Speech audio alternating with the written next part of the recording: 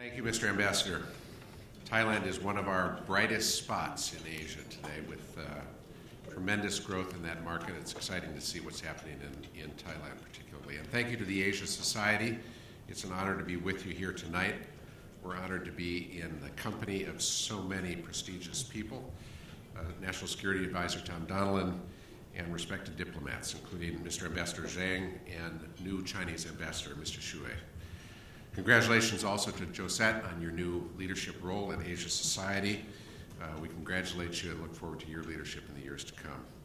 And to Jim Rogers of Duke Energy, what a personal introduction. I appreciate that. Henrietta Four and Ronnie Chan of the Asia Society, it's a lovely dinner. Congratulations and thanks for having us here.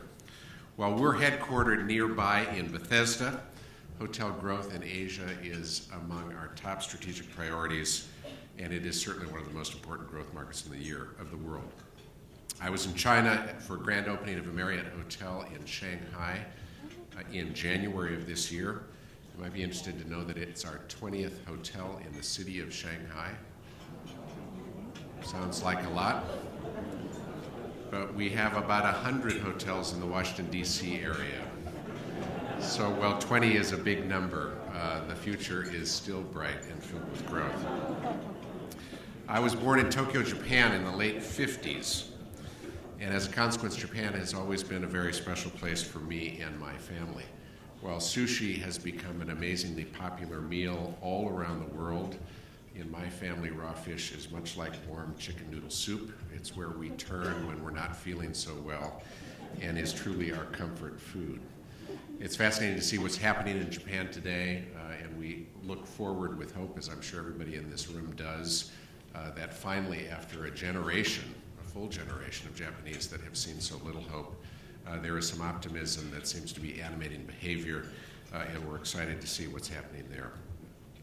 You'll be pleased to know that I will not talk about all the markets in Asia tonight, because there are many. But let me mention India for a second. I was in Bangalore in the first week of April to celebrate a grand opening of a Marriott hotel in Whitefield, which is a new tech area in Bangalore.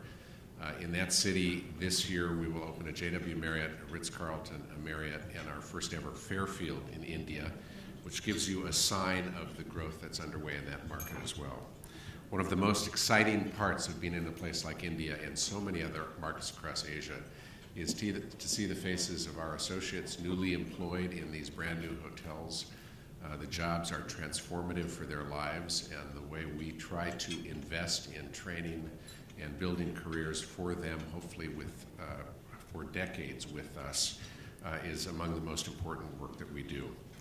It's obviously a very auspicious time in Asian-American relations. It was fascinating to watch the shirt sleeves summit in California last week between President Obama and new President Xi Jinping. It, in many respects, tells a lot about how relations between those two countries has evolved and how our times evolve, obviously more casual. But it also reflects a role of more equals, getting together to talk about the issues of importance between China and the United States, but maybe as significant issues that are of importance around the world. And it shows the role that China is assuming and deserves to play. Of course, in the days when the Rockefeller family first started the Asia Society, a meeting, a summit between two global leaders like we just saw last weekend would in many respects define the relationships between those two countries. That is really no longer the case, and statistics from our industry are a good indication of why that's no longer the case. For the first time last year, there were 1 billion international trips that were taken. We expect within 5 or 6 years there will be 2 billion international trips. Maybe even more important as it relates to China specifically, China became the largest exporter of travelers in 2012. About 83 million trips by our statistics, Chinese crossing outside of China to visit other parts of the world. By comparison, the U.S., which used to always be in the lead, sent 58 million travelers outside the United States. And when you think about those numbers, whether it's 83 million Chinese and 58 million Americans, or 1 billion growing to 2 billion international trips, it is no longer the case that a summit between two leaders is what defines the relationships between those countries. And so increasingly, just like in every other aspect of modern society, it is harder to control and harder to influence how these relationships move. But that's one of the reasons the travel business is so tremendously exciting. We encourage people to see the world. We think as they do so, their appreciation for other cultures grows. Hopefully they all become diplomats in better relations between these countries as well. We've been very aggressive in advocating smarter travel policies, and we've got great friends in the administration who are here and in various countries around Asia who have been instrumental in this work. How do we make sure, whether it's from an American perspective or from a perspective of many other countries around the world, that the welcome mat is rolled out? We want people to come and see us. It is, of course, an export to the United States every time a foreign traveler comes to the United States and leaves their money here.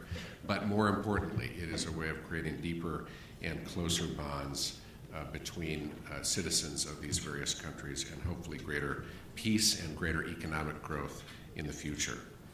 As the ambassador from Thailand explained, we have tremendous growth across Asia. We think we're about 140 hotels today.